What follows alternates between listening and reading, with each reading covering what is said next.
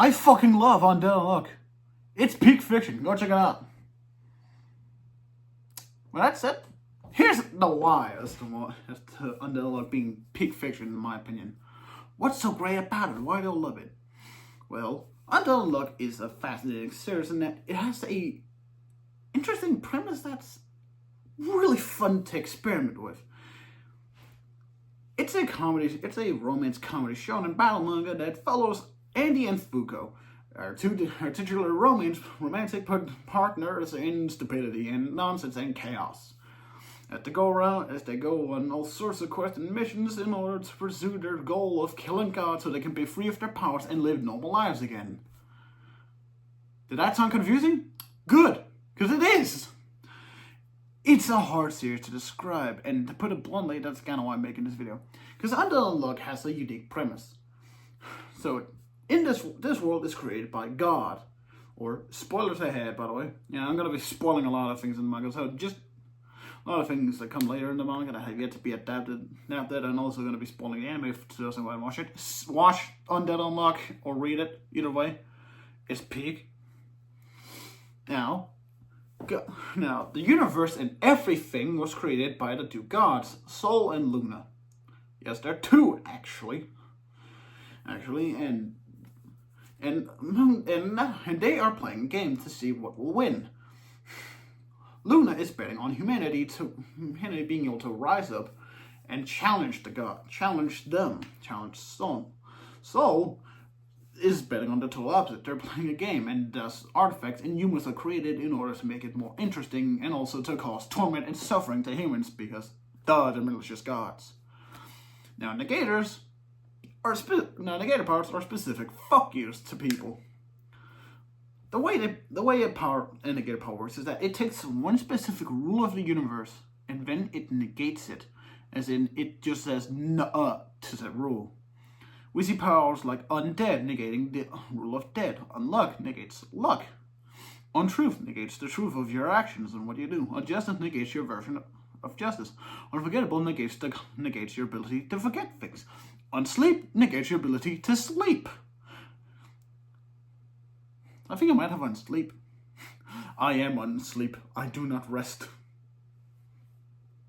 See, the joke is funny because I don't sleep. Alright, back to it. Unfade negates the concept of your body fading away to age. Unstoppable negates the concept of you stopping yourself.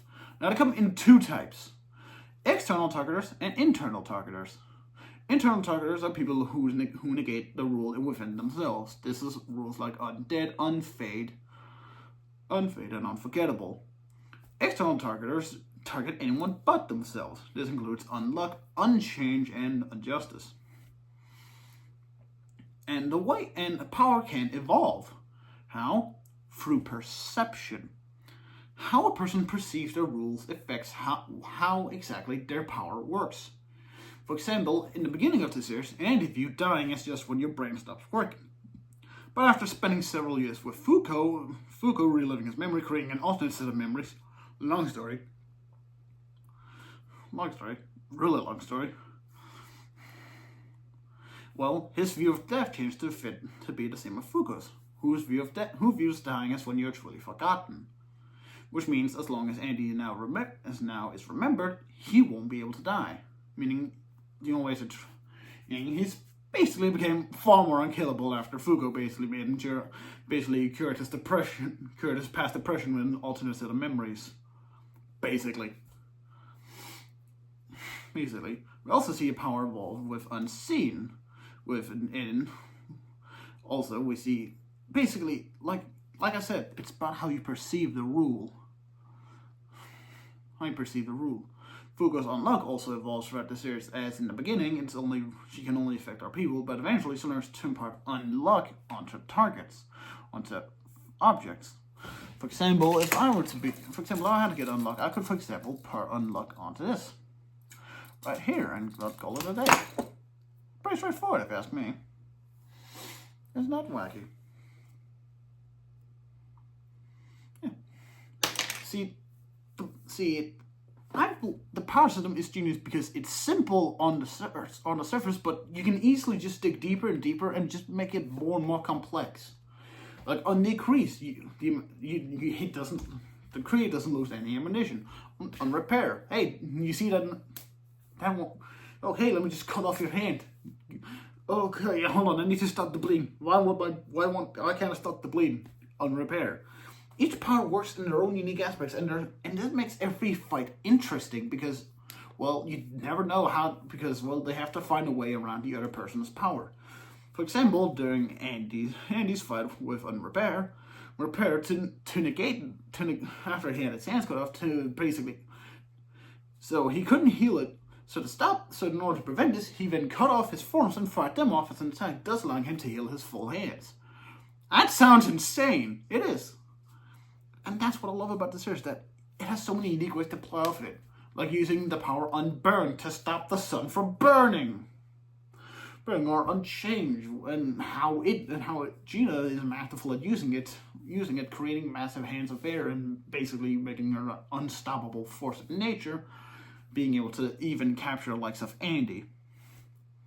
And that's what I love about the power system. But the characters, this is where the manga shines, in my opinion, because each character is fucking amazing. Let's start out with Andy. Andy, on the surface, is a batshit insane, bizarre lunatic. He is completely reckless, and he will kill himself in order to kill you. And no, his death will never be permanent because he can't die. He is stupidly reckless, but also stupidly powerful. But he's also a kind person. Fuko knows this better than anyone. She knows how kind Andy truly is because because he saved her from killing him. Because she was saved from suicide by him. But admittedly, what followed is a bit awkward. Look, chapter 1 is really hard to explain, and it's just really awkward for us unluck fans because, like, I cannot count on both hands how many people have probably dropped the series due to how weird it was in the beginning. Trust me, it's good.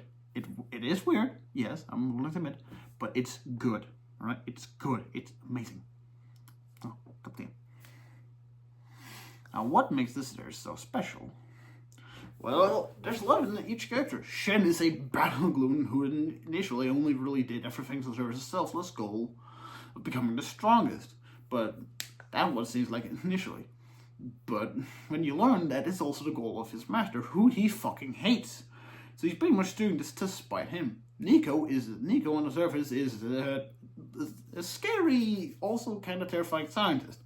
But then you learn that the only memory he ever has of his wife is her on his deathbed, and that will never fade away to this power unforgettable. Or Victor, who has seen the end of the world so many times that he became disillusioned with the cause of killing God, eventually leading him to want to kill Jewish. So, because what kind of a man wants to watch the woman he loves suffer? It's small things like that just make the series that much more special to me. It has so many unique aspects. It shines in so many unique ways, and that's what I love about it. Each character has their own goals, their own motivations, and they're so clearly stated as to why they end up becoming how they are. They each have their own tragedies, and that's where unluck storytelling is absolute at its pinnacle in portraying tragedies. Let's start with Fuko and Andy. Fuko's tragedy is when her power first manifested. She ended up imparting massive strokes of unluck onto her parents, which ended up in their jet they were living in exploding, killing everyone on board the plane, including her parents. Awful. Andy's tragedy is the fact that, he had the power ever since he remembers because, he's just Victor without his because he already woke up in the body with undead. But his tragedy is the fact that when he found out he was undead was when him and his gang, which he was very fond of, were all shot. His gang was dead, but he wasn't, and he's pretty much just forced to live a painful, long, and just life where he just lost hope. Then came Fuko. Then he had a new life in his life, a new goal, someone to protect, someone to care for. And that's pretty much unluck. It's Andy's quest to protect Fuko, and and they want to kill God, so they can both be free of the power, so Andy can die, and so that Fuko can be a normal girl, which she was denied her whole life. And yeah, that's what I love about the series. And now with the series ending soon, I thought, you know, why not make a video about what this series truly means to me? Because, well, it's a great series, but like most things in life, it has to come to an end. But that's the thing with all good things in life. I'm not gonna be sad because unluck is over. I mean, I will be, but deep down, I'm gonna be super happy that I got to experience unluck. I am so grateful that I was able to find this series because I love it. The romance, the characters, the comedy, all of it just works for me. It appeals to me as a person. It's like, I love this series because it made me feel things. No other manga has ever made me go, hell yeah, woo! Whenever just reading it. The only other anime to make me do that, go, what the hell, holy shit, is Gurren Lagann. And that series is also great. But it's just, Undead is just that extra special to me because there's so much love and charm behind it. Each character is goofy and silly in their own way, but also just tragic as hell. It's a great series. Now, it's not that popular, and that's probably not going to change anytime soon. It's a lesser known series, but, you know, maybe this being an obscure series is a good thing. Can you? Because I cannot imagine lobotomy on unluck. I don't think I can be able to handle that. Yeah, we in the unluck community are insane. I'm willing to admit, but you know what? We're insane in our own unique ways. But we all come together to appreciate this series that means so much to us. And yeah. So that being said, what do I think of unluck? Oh, to put it bluntly, I think it's sick. Wicked sick. Thanks for watching, and I hope I'll see you again in another video, whenever I decide to make one. And, well, yeah. Enjoy every moment you have with everyone you care about, and with everything you care about, because it's not going to last. But that is what makes it beautiful. Toodles.